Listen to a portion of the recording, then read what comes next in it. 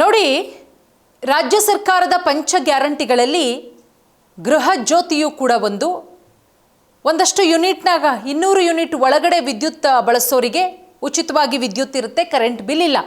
ಆದರೆ ನೀವು ಇದೊಂದು ಮೆಥಡನ್ನು ಅನುಸರಿಸಿದ್ರೆ 1 ವರ್ಷ ಅಲ್ಲ, 2 ವರ್ಷ ಅಲ್ಲ, 15 ವರ್ಷ ಉಚಿತವಾಗಿ ವಿದ್ಯುತ್ತನ್ನು ನೀವು ಬಳಕೆ ಮಾಡಬಹುದು. ಅದು ಹೇಗೆ? ಕರೆಂಟ್ ಬಿಲ್ಗೆ ನೀವು ಗುಡ್ ಬೈ ಹೇಳಬಹುದು. ನೀವು 15 ವರ್ಷಕ್ಕೆ ಏನಿಲ್ಲ ಅಂತ ಹೇಳಿದ್ರು ಬರೀ 50,000 ರೂಪಾಯಿ ಇನ್ವೆಸ್ಟ್ ಮಾಡಿದ್ರೆ 15 ವರ್ಷ ನೀವು ಫ್ರೀ ಕರೆಂಟನ್ನು ಯೂಸ್ ಮಾಡ್ಬೋದು. ನೋಡಿ, ಮನೆ ಮೇಲೆ ಸೋಲಾರ್ ಪ್ಲಾಂಟನ್ನು ಹಾಕಿಸ್ಕೋಬೇಕು ಅಂತ ಹೇಳಿದ್ರೆ ಲಕ್ಷ ರೂಪಾಯಿ ಖರ್ಚಾಗತ್ತೆ. ಸಾಕಷ್ಟು ಜನ ಅಂದ್ಕೊಂಡಿರ್ತಾರೆ, ಲಕ್ಷಾಂತರ ರೂಪಾಯಿ ಆಗುತ್ತಪ್ಪ, ಯಾಕೆ ಬೇಕು, ಅದಕ್ಕೇನು ಗ್ಯಾರಂಟಿಗಳಿರುತ್ತಾ ಹೇಗೆ ಅಂತ ಹೇಳಿ. ಆದರೆ ಕಡಿಮೆ ಖರ್ಚಲ್ಲಿ ವಿದ್ಯುತ್ ಉಪಯೋಗ ಮಾಡಿಕೊಳ್ಳೋದಕ್ಕೆ ಕೇವಲ 50,000 ರೂಪಾಯಿಗೆ ಸೋಲಾರ್ ಪ್ಲಾಂಟನ್ನು ನೀವು ಹಾಕಿಸ್ಕೋಬಹುದು. ಅದು ಹೇಗೆ ಗೊತ್ತಾ? ಮನೆ ಮೇಲೆ ಸೋಲಾರ್ ಪವರ್ ಹಾಕಿಸ್ಕೊಳ್ಳೋದ್ರಿಂದ ಕುಟುಂಬದ ಆರ್ಥಿಕ ಹೊರೆ ಕಡಿಮೆಯಾಗತ್ತೆ. ಕಡಿಮೆ ವೆಚ್ಚದೊಂದಿಗೆ ವಿದ್ಯುತ್ ಬಿಲ್ಲನ್ನು ಕಡಿಮೆ ಮಾಡ್ಕೋಬಹುದು ಅಂತ ಹೇಳಿ ಯಾರೆಲ್ಲ ಯೋಚನೆ ಮಾಡ್ತಾ ಇದ್ದೀರೋ 1 ಕಿಲೋವ್ಯಾಟ್ ಸೋಲಾರ್ ಪವರ್ ಸಿಸ್ಟಮ್ ಉತ್ತಮ ಆಯ್ಕೆ ಅಂತಲೇ ಹೇಳಬಹುದು. ಮತ್ತೆ ಆಗ್ತಡ 1 ಕಿಲೋವ್ಯಾಟ್ ಸೋಲಾರ್ ಪವರ್ ಸಿಸ್ಟಮ್ ಅಂದರೆ ಒಟ್ಟು ಸೋಲಾರ್ ಪ್ಯಾನಲ್ಸ್ನ ಸಾಮರ್ಥ್ಯ 1 ಕಿಲೋವ್ಯಾಟ್ ಇರುವ ಸೆಟಪ್ ಅಂತಲೇ ಕರಿಬಹುದು. ಮನೆಗೆ ಅಗತ್ಯವಿರುವಂತಹ ಸಣ್ಣ ಪ್ರಮಾಣದ ವಿದ್ಯುತ್ ಅಗತ್ಯತೆಗಳನ್ನು ಪೂರೈಸುತ್ತೆ. 1-2 ಬೆಡ್ರೂಮ್ ಇರುವಂತಹ ಮನೆಗಳಿಗೆ ಖಂಡಿತವಾಗ್ಲೂ ಕೂಡ ಇದು ಸಾಕು. ಸೊ ಹಾಗಾಗಿ ಸುಮಾರು 3-5 ಯೂನಿಟ್ ವಿದ್ಯುತ್ ಬಳಕೆ ಮಾಡೋ ಮನೆಗಳಿಗೂ ಸೂಕ್ತ ಅಂತಲೇ ಹೇಳಬಹುದು.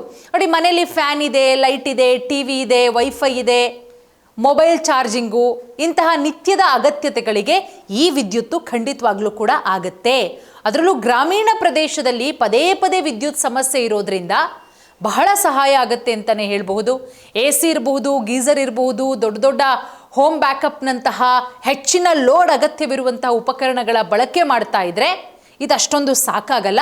ಬಟ್ ಚಿಕ್ಕ ಪುಟ್ಟ ಆಗೋದಕ್ಕೆ ಖಂಡಿತವಾಗ್ಲೂ ಕೂಡ 1 ಕಿಲೋವ್ಯಾಟ್ ಸೌರಶಕ್ತಿ ಏನಿದೆ ಅದು ಖಂಡಿತ ಯೂಸ್ ಆಗುತ್ತೆ ಅಂತ ಹೇಳಬಹುದು. ಸೊ ಬ್ಯಾಟ್ರಿ ಇಲ್ಲದ ಆನ್ ಗ್ರಿಡ್ ಸಿಸ್ಟಮ್ ಕಡಿಮೆ ಖರ್ಚಿನೊಂದಿಗೆ ಸಿಗುತ್ತೆ. ಸಾಮಾನ್ಯ ಆನ್ ಗ್ರಿಡ್ ಸಿಸ್ಟಮ್ ಖರ್ಚು 85,000 ರೂಪಾಯಿ ಇರುತ್ತೆ. ಸೊ ಬ್ಯಾಟ್ರಿಯೊಂದಿಗೆ ಇರುವಂತಹ ಸಿಸ್ಟಮ್ಗೆ ಲಕ್ಷಕ್ಕಿಂತ ಹೆಚ್ಚು ಹಣ ಬೇಕಾಗುತ್ತೆ. ಈ ಖರ್ಚಿನಲ್ಲಿ ಸೋಲಾರ್ ಪ್ಯಾನಲ್ಸ್ ಇರ್ಬೋದು, ಅದರ ಜೊತೆಗೆ ಇನ್ವರ್ಟರ್ಗಳು, ಮೌಂಟಿಂಗು, ವಯರಿಂಗು, ಇನ್ಸ್ಟಾಲೇಷನ್ ಚಾರ್ಜು ಎಲ್ಲ ಕೂಡ ಸೇರ್ಕೊಳ್ಳುತ್ತೆ. ಇದಕ್ಕೆ ಬ್ಯಾಟ್ರಿ ಅಳವಡಿಕೆ ಮಾಡಿದ್ರೆ ಹೆಚ್ಚಿನ ವೆಚ್ಚ ಕೂಡ ಆಗುತ್ತೆ. ಸೊ ಈಗ ಆಲ್ರೆಡಿ ಸೋಲಾರ್ ಸಿಸ್ಟಮ್ಗಾಗ್ಬಿಟ್ಟು ಅದಕ್ಕೋಸ್ಕರ state bank of India, bank of Baroda, ಸರ್ಕಾರಿ ಬ್ಯಾಂಕ್ಗಳು, ಖಾಸಗಿ ಬ್ಯಾಂಕ್ಗಳು, ಅದರ ಜೊತೆಗೆ NDFCಯಲ್ಲೂ ಕೂಡ ಲೋನ್ ಕೂಡ ಸಿಗುತ್ತೆ. ನೀವು ತಲೆ ಕೆಡಿಸ್ಕೊಳ್ಳೋ ಅಗತ್ಯತೆ ಇಲ್ಲ. ಸೊ ಬಡ್ಡಿ ದರ ಬಹಳ ಕಡಿಮೆ ಇರುತ್ತೆ. 3-7 ವರ್ಷಗಳ ಒಳಗಡೆ ಮರುಪಾವತಿ ಮಾಡೋದಕ್ಕೆ ಅವಕಾಶ ಕೂಡ ಇರುತ್ತೆ.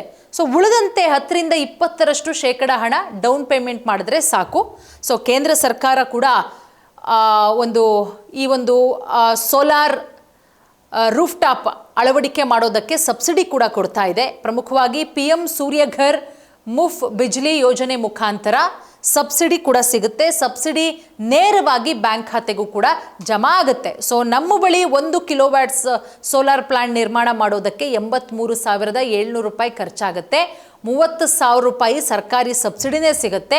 ಸೊ ಗ್ರಾಹಕರು ಬರೀ 53,700 ರೂಪಾಯಿ ಪಾವತಿ ಮಾಡಿದ್ರೆ ಸಾಕು, ನಿಮಗೆ 1 ಕಿಲೋವ್ಯಾಟ್ ಸೋಲಾರ್ನೊಂದಿಗೆ 120 ಯೂನಿಟ್ ವಿದ್ಯುತ್ ಉತ್ಪಾದನೆ ಆಗುತ್ತೆ. ಮತ್ತೆ ಆಗ್ತಡ ನೋಡಿ, ಪ್ರತಿ ತಿಂಗಳು ಕರೆಂಟ್ ಬಿಲ್ ಕಟ್ಟೋದಕ್ಕಿಂತ ಇದನ್ನು ಖಂಡಿತವಾಗ್ಲೂ ಕೂಡ ಯೂಸ್ ಮಾಡ್ಕೋಬಹುದು. 1 ಕಿಲೋವ್ಯಾಟ್ ಸೋಲಾರ್ ಪವರ್ ಸಿಸ್ಟಮ್ ಒಂದು ಪ್ರಮಾಣದಲ್ಲಿ ವಿದ್ಯುತ್ ಕೊಡಲ್ಲ. ಯಾಕಂದರೆ ಸೂರ್ಯನ ಬಿಸಿಲಿನ ಪ್ರಮಾಣ ಇರಬಹುದು, ವಾತಾವರಣ, ಪರಿಸರದ ಸಾಮರ್ಥ್ಯದ ಅನ್ವಯ ಇದು ಕಾರ್ಯನಿರ್ವಹಿಸೋದು. ಸೊ ದಿನಕ್ಕೆ 4-5 ಯೂನಿಟ್ ವಿದ್ಯುತ್ ಉತ್ಪಾದನೆ ಕೊಡುತ್ತೆ ಭಾರತದಲ್ಲಿ. ಸೊ ತಿಂಗಳಿಗೆ 120-150 ಯೂನಿಟ್ ವಿದ್ಯುತ್ ಸಿಗುತ್ತೆ. ಸೊ ಬಿಸಿಲಿನ ತಾಪಮಾನ ಎಲ್ಲಿ ಹೆಚ್ಚಾಗಿರುತ್ತೋ ಅಂತಹ ಪ್ರದೇಶ, ಅಂತಹ ದಿನಗಳಲ್ಲಿ 5-6 ಯೂನಿಟು, ಮಳೆಗಾಲ ಅಥವಾ ಮೋಡ ಕವಿದ ವಾತಾವರಣ ಇರುವಂತಹ ಸಂದರ್ಭದಲ್ಲಿ 2.5-4 ಯೂನಿಟ್ಗೆ ಕಡಿಮೆ ಆಗುತ್ತೆ. ಸೊ ಹಾಗಾಗಿ ಮತ್ತೆ ಯಾಕೆ ತಡ, ನೀವು ಕೂಡ ಇದನ್ನು ಬಳಕೆ ಮಾಡ್ಕೊಳ್ಳಿ. ಬರೀ ಸರ್ಕಾರದ ಸಬ್ಸಿಡಿಯನ್ನು ಬಿಟ್ಟರೆ ಒಂದು 53,000 ರೂಪಾಯಿ ಖರ್ಚಾಗುತ್ತೆ. 3-4 LED ಬಲ್ಬ್ಗಳಿರ್ಬೋದು, 2-3 ಫ್ಯಾನ್ ಇರ್ಬೋದು, TV, wifi ರೂಟ್ರು, mobile, laptop charge ಇಂತಹ ಕೆಲಸಗಳಿಗೆ ಇದು ಖಂಡಿತವಾಗ್ಲೂ ಕೂಡ ಯೂಸ್ ಆಗುತ್ತೆ. 7ರಿಂದ 15 ದಿನಗಳಿಗೊಮ್ಮೆ ಕ್ಲೀನ್ ಮಾಡಿದ್ರೆ ಸಾಕು. ಪ್ರತಿ ವರ್ಷ ವೈರಿಂಗ್ ಕಲೆಕ್ಷನ್ಗಳನ್ನು ಪರಿಶೀಲನೆ ಮಾಡ್ಕೋಬೇಕು. ಅದ್ರ ಜೊತೆಗೆ ಇನ್ವರ್ಟರನ್ನು ಪ್ರತಿ 3ರಿಂದ 5 ವರ್ಷಗಳಿಗೊಮ್ಮೆ ಸರ್ವಿಸ್ಗೆ ಕೊಡೋದು ಒಳ್ಳೆಯದು ಅಂತಲೇ ಹೇಳ್ಬೋದು. ಮತ್ತೆ ಆಗ್ತಡ ಕರೆಂಟ್ ಬಿಲ್ ಕಟ್ಟಿ ಬೇಜಾರಾಗಿದ್ದರೆ ಈ ಒಂದು ಬಳಕೆಯನ್ನು ಖಂಡಿತ ಎಲ್ಲರೂ ಕೂಡ ಯೂಸ್ ಮಾಡ್ಕೊಳ್ಳಿ.